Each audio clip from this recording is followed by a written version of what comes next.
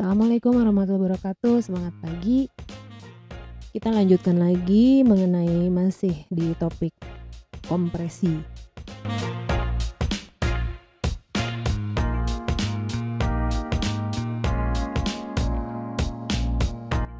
Nah, salah satu teknik kompresi data yaitu lossless compression, yaitu adalah entropy encoding. Jadi di sini kita sangat melibatkan bentuk dari entropy encoding. Jadi ini berdasarkan teori informasi ya, teknik teori informasi sama ya according to Shannon. Ini juga dikembangkannya di Bell Labs oleh Shannon dan Fano ya, Robert Fano. Makanya nanti ada metode namanya Shannon-Fano. Oke. Nah, ketika kita bicara entropi tentunya akan melibatkan probabilitas ya. Nah, di sini intinya kalau semakin banyak data muncul itu sebetulnya akan semakin menguntungkan ya. Semakin banyak kemunculan data, maka semakin kecil ukuran file tersebut. Jadi akan makin besar redundansi di dalam data dan makin tinggi pula tingkat keberhasilan kompresi datanya. Nah, dalam kompresi data terdapat konsep umum probabilitas yang menunjukkan suatu ukuran berapa banyak sih informasi yang terdapat dalam suatu rangkaian data, atau inilah yang kita sebut sebagai entropi, dan dapat direpresentasikan secara matematis. Ini rumusnya. Tapi sebelum kita ngobrolin entropi, mungkin saya akan bahas dulu dasarnya gimana ya. Oke, saya akan coret-coret aja di sini ya. Misalnya gini, terdapat suatu kemungkinan misalnya ya dalam sebuah informasi. Misalnya kita ingin mengirimkan sebuah informasi mengenai cuaca di negeri yang ini ya 4 musim gitu ya. Ya di situ ada sunny ya, lalu ada cloudy berawan ya, lalu ada hujan, dan juga ada bukan berawan, mungkinnya kalau foggy itu berkabut ya, katakan seperti itu. Kondisi dari, bukan cuaca mungkin ya, kondisi dari sebuah kota ya. Nah, dari 4 ini ya, ini ada 4 kemungkinan yang terjadi dalam sebuah kota. Sebetulnya mungkin banyak, tapi hanya dicontohkan aja ada 4 kemungkinan, sehingga probability-nya probability atau kemungkinan ya, probabilitas sunny itu akan 1/4, cloudy 1/4, rainy 1/4, dan foggy 1/4. Nah, kalau sesimpel ini hanya ada 4 kemungkinan, kita bisa cukup menggunakan kode hanya 4 buah kemungkinan saja, yaitu 2 bit ya. Misalnya kenapa butuh kode ya, seperti ini.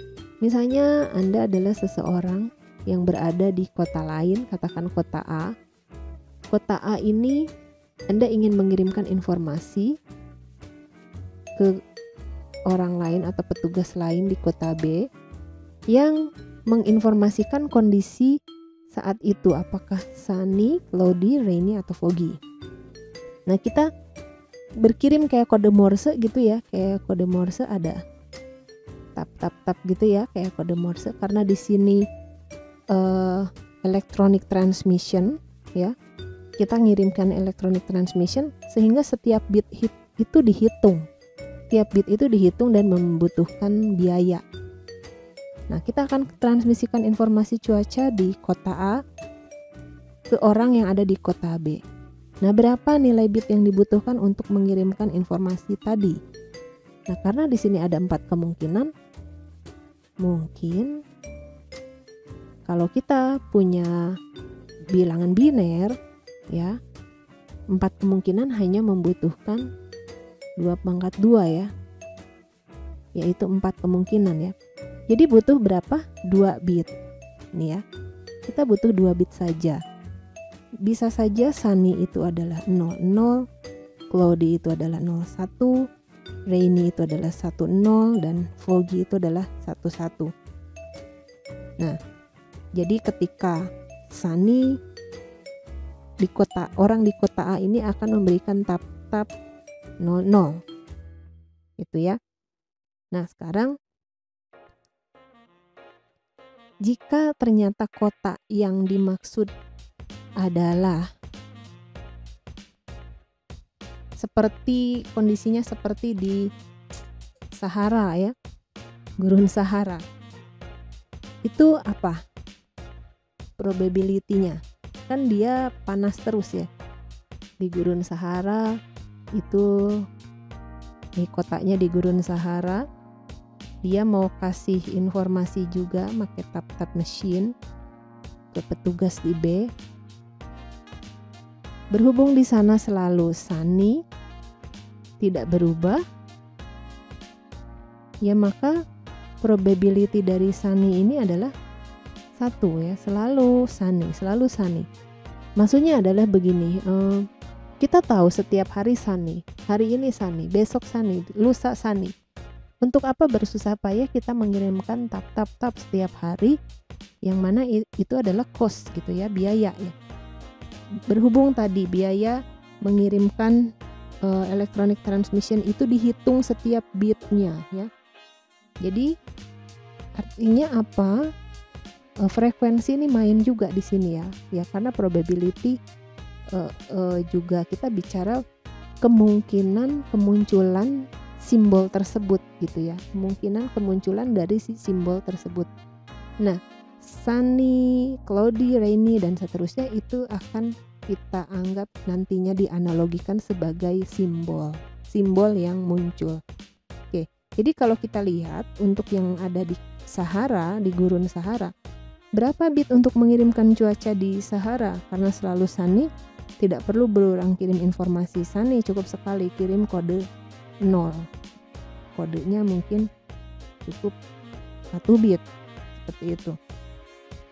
Oke, jadi di sini kita bisa lihat ya,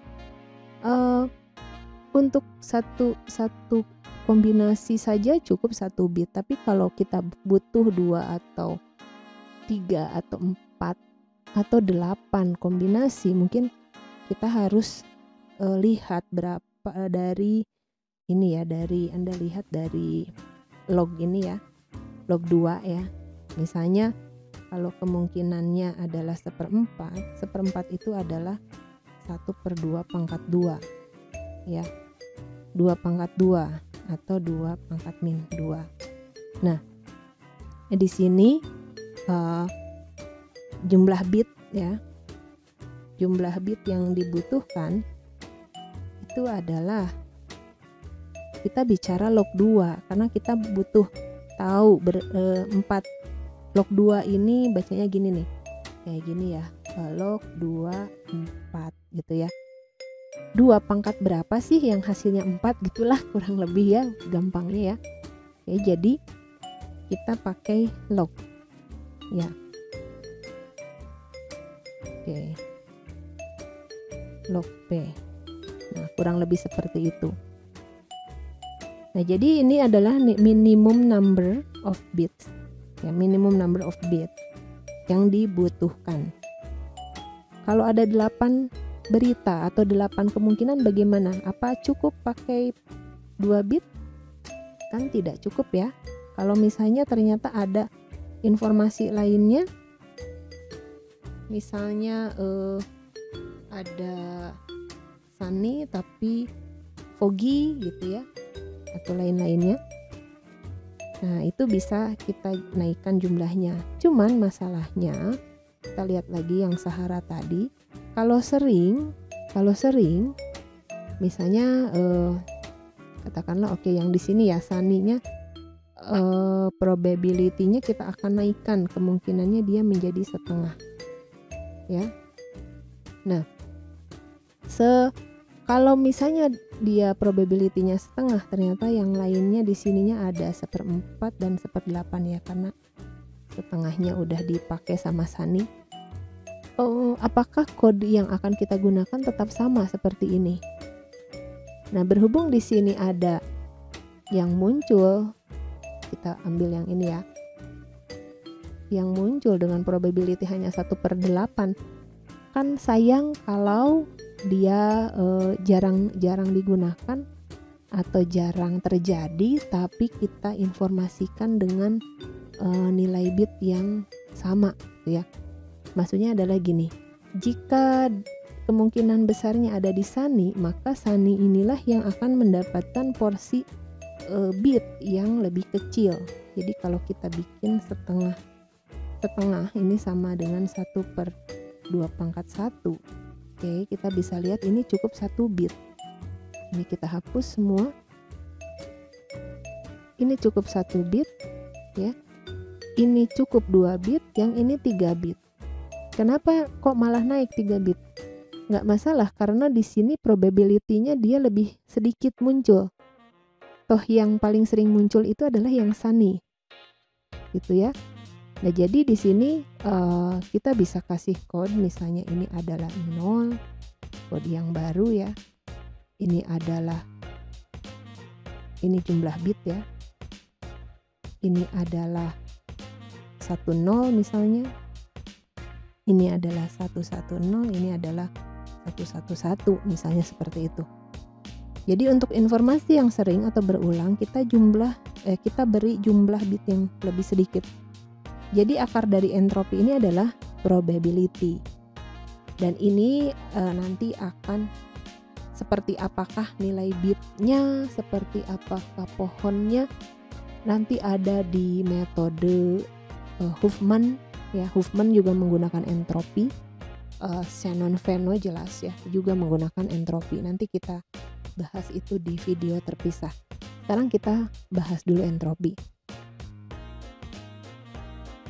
Nah, entropi ini juga tipe yang ini ya, lossless ya. Lossless coding. Nah, ini rumusnya ya. Jadi kita mempertimbangkan probabilitas tadi ya. Jadi untuk mencari tahu jumlah informasi yang terdapat dalam suatu simbol, inilah persamaannya, rumusnya. Nah, sementara untuk jumlah keseluruhan kita bisa pakai ini rumusnya. Ini ya. Oke, jadi seperti itu. Contoh ya, misalnya terdapat rangkaian simbol. Ada simbol seperti ini ya, A, B, C, D, A. Oke, di sini ada 4 karakter, yaitu karakter A, B, C, dan D. Kalau kita pakai traditional way, oke, kita pakai cara tradisional, maka yang terjadi adalah cukup pakai 2 bit, ya kan? 2 bit itu kan akan menghasilkan 4 kombinasi. Ini cara paling gampang. Seandainya satu karakter ini adalah 8 bit ya, atau 1 byte ya. 1 byte ya, nanti dikalikan, atau saya nggak akan bahas itu dulu, kita pakai ini dulu aja simbolnya. Kita lihat di sini probability dari huruf A yang muncul, tuh probability semuanya ya, probability dari semuanya. Sebelum ke probability, mungkin Anda lupa, kita mundur dulu deh, jangan probability ya. Frekuensi dari huruf A muncul berapa kali huruf A-nya? 1, 2, 3, 4. Frekuensinya 4. B-nya 2, C-nya 1, D-nya 1. Sehingga untuk probability-nya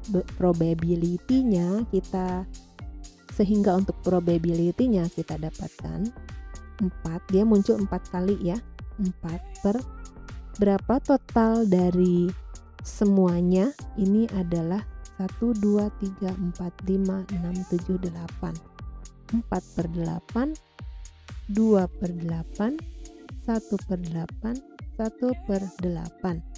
Atau kita sebut saja ini 4/8 adalah 0,5 atau setengah, sama aja ya. Yang ini 1/4, yang sisanya tetap 1/8.